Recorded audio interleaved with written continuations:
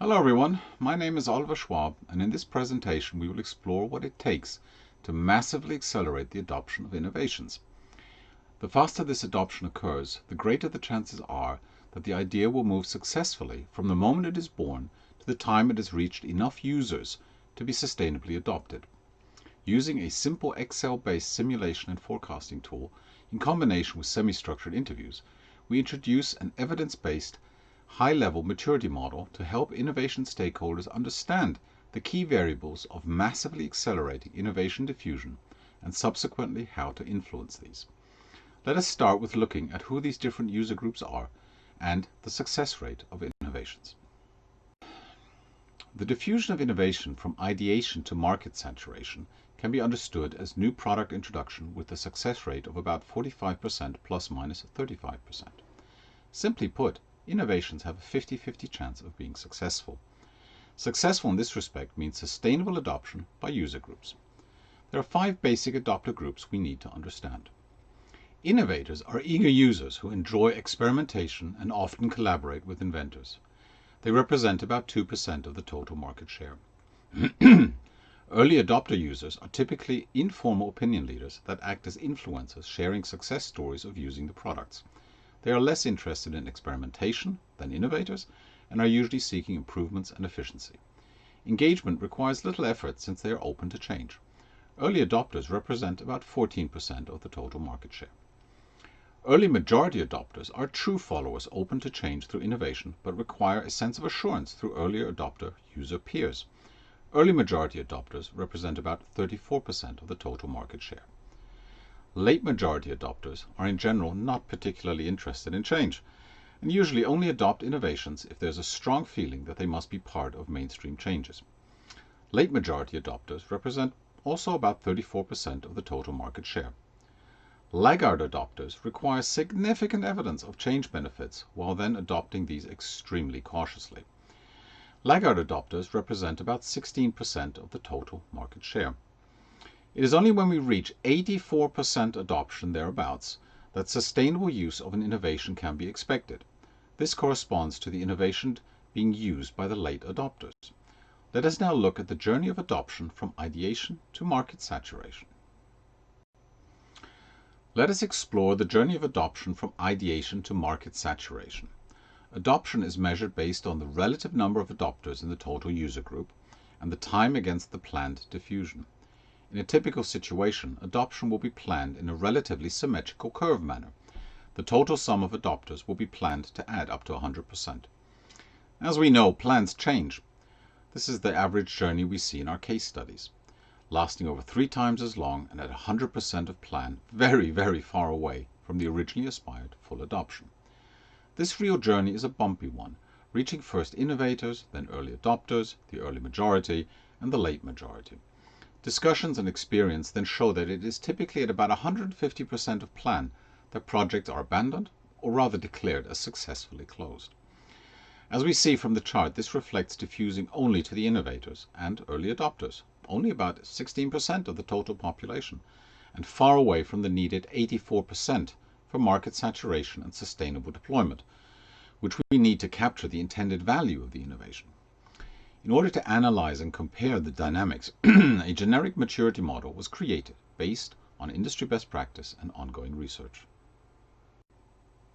Maturity models are widely used to assess how capable an organization is in respect to continuous improvement. They provide a simple place to commence an assessment which respects prior experiences and are based on common language and shared visions. This model also provides easy entry into prioritization activities and a shared understanding of what this means within an organization. 6-level maturity models are common and, as such, used in the study. 2 dimensions of diffusion maturity are investigated: the idea itself and the people needed to diffuse it.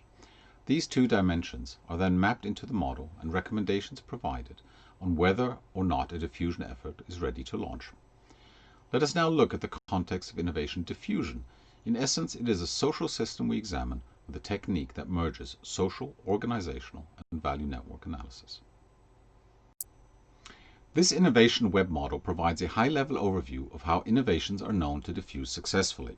Key elements are roles signifying the behavior of individual participants who transact directional, tangible, and intangible deliverables. The web has open boundaries, allowing for continuous transactions with its environment. The narrative starts with the inventors receiving an intangible challenge from key users. Let us look at this process. Inventors then explore the challenge in collaboration with the super users. Then this way of telling our story now continues as follows, where inventors develop an idea with context, explanation, and tangible prototype, which is shared with product owners. The product owners transform the input from inventors into a potential tangible solution for the key users, accompanied by an intangible explanation of why and how this solution can generate value. And onward. The solution and the value proposition are transacted with the business sponsors. The business sponsors then shape the solution and value proposition into a tangible opportunity and transact it with the influencers. We begin to close the circle now. The influencers market the solution and value proposition to the key users in order to generate an intangible expression of interest, which the influencers convert into a tangible lead that is passed to the business sponsors. Almost there. The business sponsors now broker a tangible commercial proposal for purchasing the solution to the key users. Upon receiving this proposal, the key users request funding from the investors, who respond by providing needed funding to the key users, usually, which is then used as payment for the solution to the business sponsors. Upon receiving payment, the business sponsors facilitate the tangible product for the solution and the relevant intangible services to the key users. Key users then apply the product and service to resolving the challenge initially issued to the inventors, and then provide payback to the investors in return for the funding provided.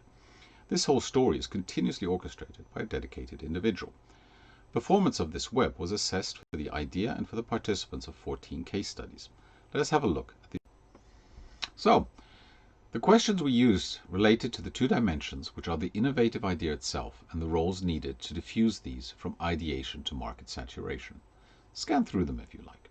These roles are separated into the standard ones needed to bring the idea to life and those needed to create the momentum or acceleration needed to escape the general gravity of business as usual. Based on the answers to the questions for each case study, the questions we just introduced, the number of new adopters over time, small s subscript a over t, was calculated using the Bass diffusion model based on the overall coefficient of innovation, p, the overall coefficient of imitation, q, total market size, m, and the cumulative number of adopters, large S, to time. M was set at a constant of 100 and a large S to time as a percentage of M. Moving from left to right, we see that the aspired or planned diffusion is superseded by a volatile journey that took significantly longer. We introduced it previously. Remember that at about 150% of the aspired schedule, we typically see efforts being abandoned for a number of reasons. Let us now take a closer look at the total adoption dynamics. Total adoption dynamics mirror the relative adoption pattern we saw on the previous chart. New in this view is that we are adding the 84% threshold for sustainable adoption. When the sustainability level is reached within plan, note that this is not 100% of the adopters. A maturity level of 5 was assumed. We then see what appears to be a stratification or grouping of maturity levels for various case studies. The overall aim of any innovation diffusion effort should be to shift their forecast left. So, coming slowly to the end of the presentation, let us now look at what factors seem to be primarily impacting that left shift. The key influences of shifting left were high qualitative confidence of interviewees in their answers, which made forecasts more accurate. High maturity of accelerator roles, which significantly reduced the total diffusion time. Ensuring sufficient whole life cycle budget and resources for low TRL ideas. Ensuring urgency of need, observability of impact, and compatibility with existing ways of work. The verification of these insights with interviewees then supported the tenor that it is actually common to launch projects without appropriate funding, resources, or sponsorship, and hope for the best, a leap of faith. Let us wrap up our thinking now. While the concept of flexible mass customization covers many fields, the innovation diffusion model presented provides a generic framework for understanding more about how to accelerate the adoption of innovations in the relevant fields.